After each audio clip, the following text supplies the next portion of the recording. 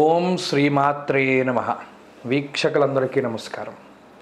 ఈరోజు వారాహి అమ్మవారి గురించి ఎవరైతే తెలుసుకోవాలి అని అనుకుంటూ ఉన్నారో వారందరూ ఎక్కడా స్కిప్ చేయకుండా ఈ వీడియో పూర్తిగా చూడండి.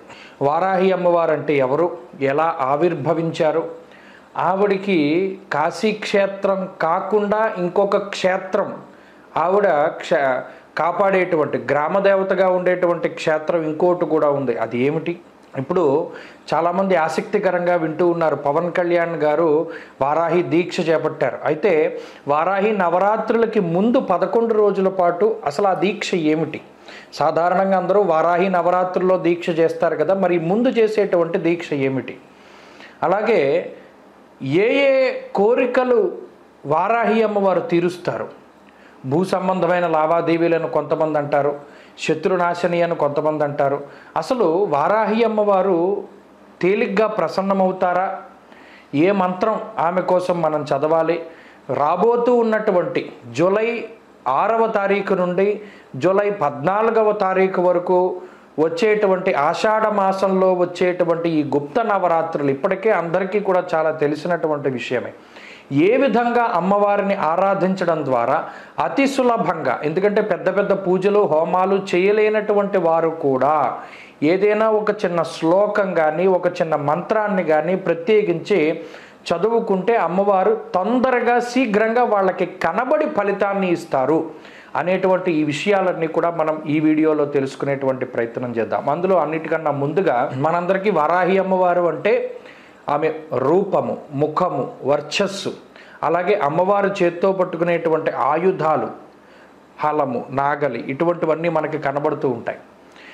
అయితే చాలామందికి తెలియనటువంటి ఒక విషయం ఏమిటి అంటే లలితా సహస్రనామం ఎవరైనా చదువుతూ ఉంటే వాళ్ళకి తెలుస్తూ ఉంటుంది.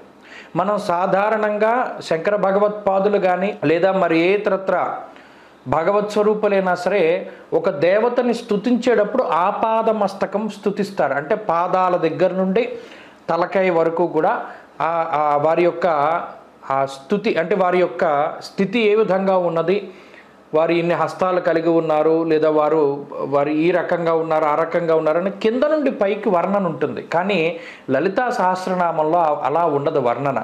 అమ్మవారి నామాలు గనక చూస్తే శ్రీమాత, శ్రీ మహారాజ్ఞి, శ్రీమత్ సింహాసనేశ్వరి, చిదగ్నికుండ సంభూత, దేవకార్య సముద్యత, ఉద్యద్భాను సహస్రాభ, చతుర్బాహు సమన్విత, అంటే కిరీటం దగ్గర నుండి కనబడుతున్నాయి మనకి వర్ణన.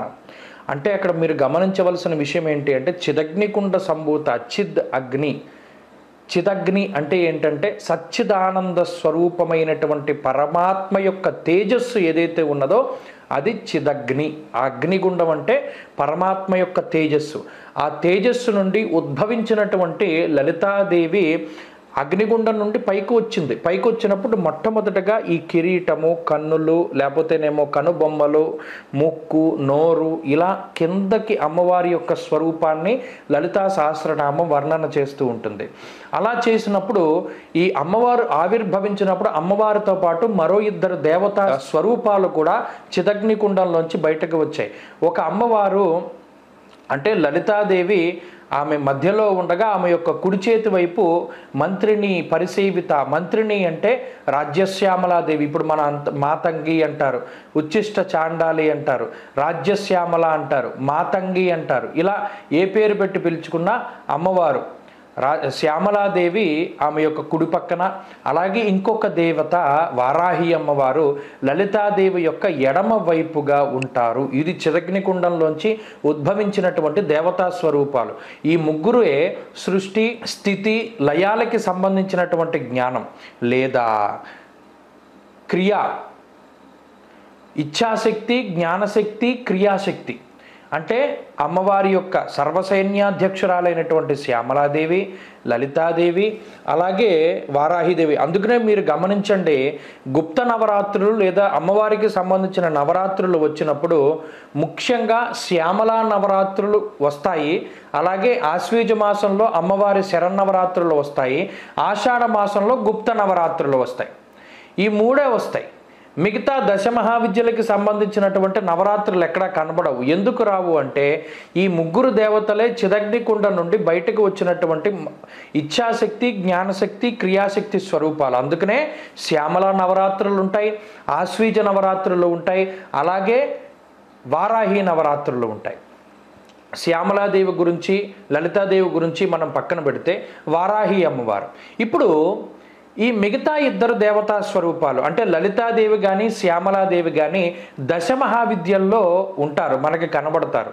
ఉదాహరణకి మనం చూస్తే దశమహావిద్యల్లో రాజమాతంగి లేదా మాతంగి అనేటువంటి విద్య మనకి కనబడుతుంది. అలాగే షోడశి అనేటువంటి విద్య, పంచదశి మంత్రానికి ఒక అక్షరం, ఒక బీజం తోడైతే అది షోడశి మంత్రం అవుతుంది.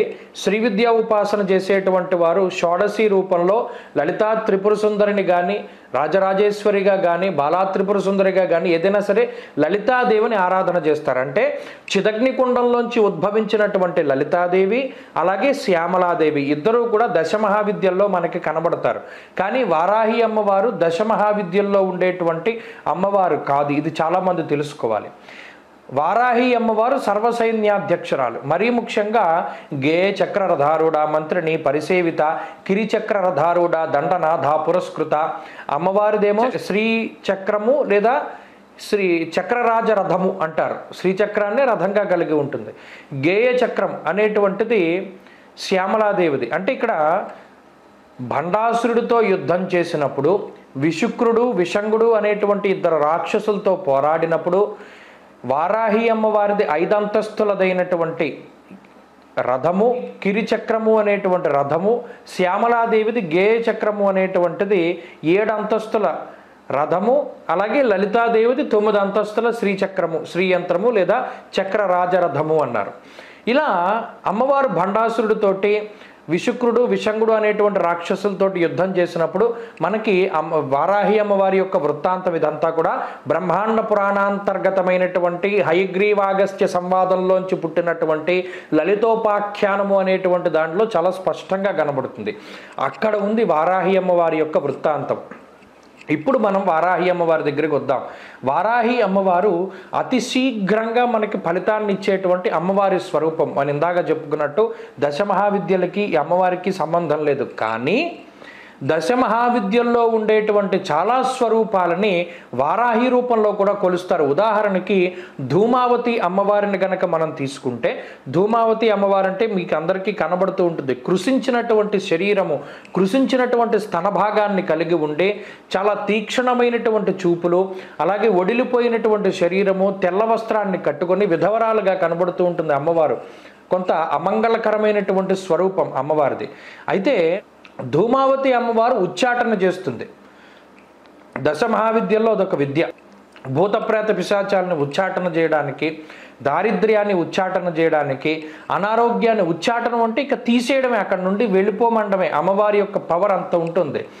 అలా ధూమావతి అమ్మవారిని ధూమ్రవారాహి రూపంలో చాలామంది ఉపాసన చేస్తూ ఉంటారు. అది అతి శీఘ్రంగా ఫలితాన్ని ఇస్తుంది. ఇలా కొన్ని దశమహావిద్యా స్వరూపాల్లో వారాహికి సంబంధించినటువంటి వృత్తాంతాలు మనకి కనబడుతూ ఉంటాయి. సరే, ఇవన్నీ పక్కన పెడితే ఇవన్నీ వారాహి అమ్మవారి గురించి తెలియనటువంటి వారికి తెలుసుకోవడానికి ఉపయోగపడుతుంది. ఉపాసనలో అత్యంత శీఘ్రమైనటువంటి ఫలితాలను ఇచ్చేటువంటి తల్లి కూడా వారాహి అమ్మవారే. కానీ ఈ ఉపాసన వామాచారంలోనూ దక్షిణాచారంలోనూ కూడా కనబడుతూ ఉంటుంది. మనం దక్షిణాచారంలో చేస్తాం, కానీ వామాచారంలో చేసేటువంటి ఉపాసనకి పట్టు లేదా అది మీ కొంతమంది కొంత తప్పుగా అర్థం చేసుకున్నా కూడా రామకృష్ణ పరమహంస లాంటి గొప్ప భక్తుడు కూడా అమ్మవారిని ఉదయం పూట పగటిపూట అంతా కూడా దక్షిణాచారంలో ఉపాసన చేసి రాత్రిపూట వామాచారంలో అమ్మవారిని ఉపాసన చేసేటువంటి వారు. కాబట్టి వారాహి అమ్మవారి ఉపాసన అంతా కూడా వామాచారంలో ఉంటుంది. కొంత మనం సాత్వికమైనటువంటి ఆరాధన చెయ్యాలి అనుకునేటువంటి వారు ఈ ఆషాఢ శుద్ధ పాడ్యము నుండి ఆషాఢ శుద్ధ నవమి వరకు 9 రోజుల పాటు కూడా అమ్మవారికి సంబంధించినటువంటి ధ్యానావాహనాది షోడశ ఉపచారాలతోటి కలశ స్థాపన చేసుకుని యథావిధిగా పూజాక్రమాన్ని ఆచరించవచ్చు. చివరి రోజున నవమి దాటిపోయి దశమి తిథి రోజున చక్కగా వారాహి అమ్మవారి యొక్క హోమాన్ని కూడా నిర్వర్తించుకోవచ్చు. ఇది ఒక పద్ధతి. కామ్యార్థము అంటే ఈ ప్రధానంగా ఏ సమస్యనైనా సరే, చదువు గురించి కానీ, వీసాల గురించి కానీ, లేదా భూ సంబంధమైనటువంటివి, కోర్టు కేసులు, లేదా శత్రువుల మీద విజయం, అంతర్గత శత్రువులు, బహిర్గత శత్రువులు, ధనము, విపరీతమైన ధన నష్టాన్ని అడ్డుకోవాలి అన్నా, లేదా మరి ఏ సమస్యనా కానివ్వండి, మన జీవితంలో ఏ రకమైనటువంటి సమస్య అయినా సరే అమ్మవారికి సంకల్ప రూపంలో మనం అక్కడ నివేదన చేసి, అమ్మ నాకు ఇది కావాలి అని నిన్ను ధ్యానం చేస్తున్నాను అంటే అమ్మవారు అది ఇచ్చేస్తుంది. ఈ 9 రోజులు ఇలా యథావిధిగా కలశ స్థాపనతో చేయొచ్చు. లేదా రెండవ పద్ధతి పంచమి నాయకి వారాహి. అమ్మవారికి పంచమి తిథి మొదలుకొని పంచమి, షష్ఠి, సప్తమి, అష్టమి, నవమి పాంచాహ్నిక దీక్షగా కూడా కొంతమంది చేస్తారు. లేదు త్రయాహ్నిక దీక్ష చేస్తారు 3 రోజుల పాటు, సప్తమి, అష్టమి, నవమి. ఏమీ చేయలేనటువంటి వారు నవమి, లేదు ఇంకా ఏమి కుదరలేని అనుకునేటువంటి వారు ఈ 9 రోజుల్లో ఏదో ఒక రోజు అమ్మవారి యొక్క హోమం. అది కూడా మనం చేయలేమనుకున్నప్పుడు ఒక్కటి మాత్రం చేయొచ్చు. వారాహి అమ్మవారి యొక్క 12 నామ స్తోత్రము అని చెప్పి ఒక అత్యంత శక్తివంతమైనటువంటి స్తోత్రం ఉంటుంది.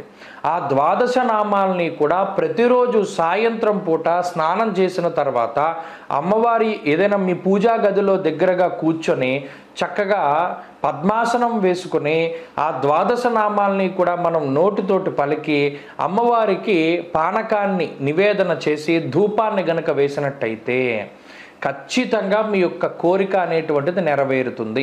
అంత శీఘ్రంగా ఫలితాన్ని ఇచ్చేటువంటిది వారాహి అమ్మవారు. ఇది వారాహి అమ్మవారిని ఖచ్చితంగా ఈ 9 రోజుల్లో, అంటే అవి విశేషమైన రోజులు. ఇందాక మీకు చెప్పినట్టు చిదగ్నికుండంలోంచి ఉద్భవించిన 3, అంటే ఆ 3 స్వరూపాలకే నవరాత్రులు ఉన్నాయి, దశమహావిద్యలకి లేవు. అందులో 2 దశమహావిద్య స్వరూపాలే. అక్కడ కూడా విషయాన్ని దృష్టిలో పెట్టుకోవాలి. అయితే ఇంకొక సమాధానం చెప్పాలి. చాలామంది నేను అడుగుతూ ఉన్నటువంటిది, ఇప్పుడు కొత్తగా డిప్యూటీ సీఎంగా ఎన్నికైనటువంటి పవన్ కళ్యాణ్ గారు మరి వారాహి దీక్ష చేపడుతున్నారు, దాని గురించి కూడా చెప్పండి అని అడిగారు. అయితే ఇది ఒక విషయం, వారాహి అమ్మవారికి సంబంధించిన దీక్ష చేపట్టారు అంటే ఆయనకి ఏదో కామ్యార్థం ఉంటుంది. గతంలో వారాహి నవరాత్రుల్లో అనుకున్నటువంటి బలమైనటువంటి కామ్యము అనగా కోరిక గనక నెరవేరితే వారు ఈ జ్యేష్ఠ మాసంలో అమావాస్యకి ముందు ఉండేటువంటి 11 రోజులు, అమావాస్యతో కలుపుకుని 11 రోజులు కూడా వారాహి దీక్ష తీసుకుంటారు. జ్యేష్ఠ అమావాస్య చాలా గొప్పదైనటువంటి రోజు, చాలా పవర్ఫుల్ అమావాస్యల్లో జ్యేష్ఠ అమావాస్య ఒకటి, చాలా పవర్ఫుల్ అయినటువంటి అమావాస్య.